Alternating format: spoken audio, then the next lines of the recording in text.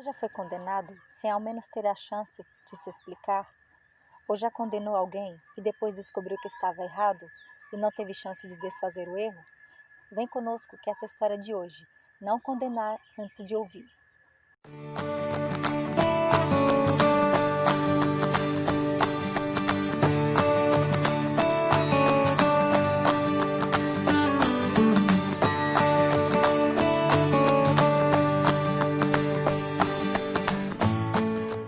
Carlos era um garoto esperto e cheio de vida, e como toda criança, cometia algumas travessuras. Seu pai estava lhe exortando asperamente para que não se demorasse pela rua a voltar da escola. Não seja razoável com o menino, disse a mãe do garoto. Deseja apenas ser obedecido, disse o pai. Voltando-se para o menino, disse: agora vá para a escola e quando sair venha direto para casa, ou eu lhe ensinarei. No dia seguinte, os negócios o haviam atrapalhado um pouco.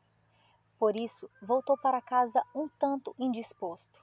Ele não era mau, mas zangava-se facilmente quando as coisas não ocorriam como ele desejava. Era muito exato e pontual em tudo e não suportava que os outros não o fossem também.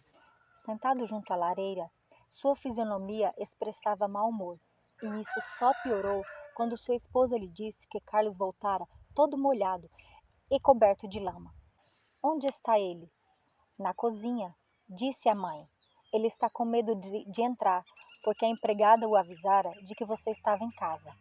Era de se esperar, pois ainda ontem eu o exortei para que não se demorasse e não fosse perto do rio. Mande-o entrar, disse o pai. Momentos depois, o garoto entrou, tiritando de frio.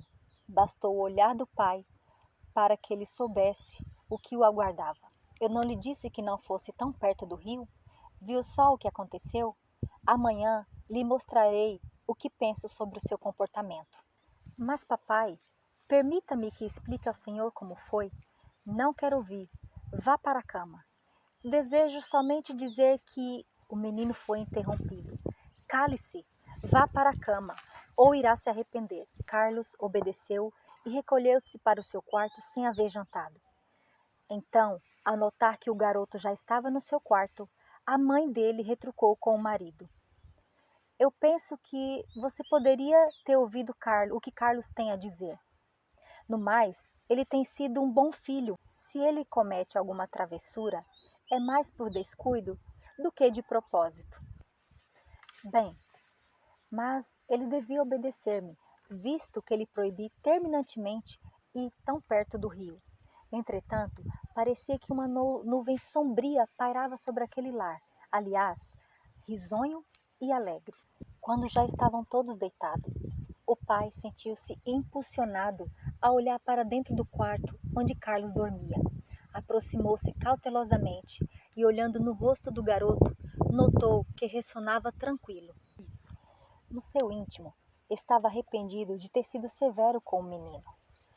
Embora procurasse reprimir esse sentimento por ter convicção de que estava fazendo o que tinha que ser feito para ser firme. Depois, conversou com sua esposa e prometeu primeiro ouvir o que Carlos tinha a dizer antes de recorrer à medida extrema. Essa ocasião, porém, não veio. No dia seguinte, ao acordar, notaram com surpresa que o menino havia sido cometido com uma inflamação cerebral e que não conseguiu mais restabelecer-se. Apesar do cuidado e do desejo ardente dos pais de que Carlos os tornasse a reconhecer, o infeliz menino faleceu alguns dias depois. A notícia da morte chegou à escola e um dos colegas de Carlos foi visitar a família. Eu estava lá quando ele entrou na água. Mesmo? Disse o pai de Carlos. Conte-me como foi. O colega começou a narrar os fatos. 2 garotos estavam pescando no rio quando um deles caiu. Carlos, sem hesitar, atirou o boné e a mochila no chão e atirou-se na água. E com muita dificuldade conseguiu arrastá-lo para fora com a minha ajuda. Carlos me pediu para que não dissesse nada, porque estava proibido de ir perto do rio. Durante todo o caminho, ele repetia: "Que dirá meu pai quando me vir assim?" Mas eu não podia agir de outra maneira. Eu precisava salvar Tomé. Meu pobre e desventurado filho, exclamou o pai. Era isso que ele desejava contar e eu recusei a ouvi-lo. Deus, me perdoe. Lágrimas ferventes rolavam-lhe pelo rosto. E ainda muitos anos depois, os brinquedos e os livros de Carlos lhe afligiam o coração. E o que podia ter evitado, se tivesse ouvido o filho antes de o condenar. Que história triste! Imagina a dor desses pais que perderam o filho sem ao menos ter a chance de ouvi-lo. Mas até das histórias tristes podemos aprender algo. E o que podemos aprender com esta história? Que devemos ouvir mais e falar menos. Que não devemos tirar conclusões precipitadas. Por vezes, entramos em discussões bobas, com o filho, às vezes com o cônjuge, com parentes, perdemos amizades porque não sabemos ouvir. Estamos sempre querendo estar certos. Toda história tem dois ou mais lados. O Senhor nos deu 2 ouvidos e uma boca. Isso quer dizer que devemos falar menos e ouvir mais. E às vezes até precisamos ficar em silêncio. E o silêncio é ouro.